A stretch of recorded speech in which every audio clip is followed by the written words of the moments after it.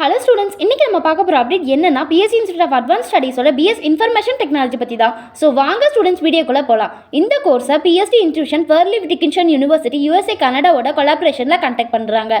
இந்த கோர்ஸை students 2 years பிஜியில் கம்ப்ளீட் பண்ணிவிட்டு ஆஃப்டர் 2 years அப்ராடில் கம்ப்ளீட் பண்ணிவிட்டு அதே அப்ராட் யூனிவர்சிட்டியில் இன்டர்நேஷனல் டிகிரியும் வாங்குவாங்க.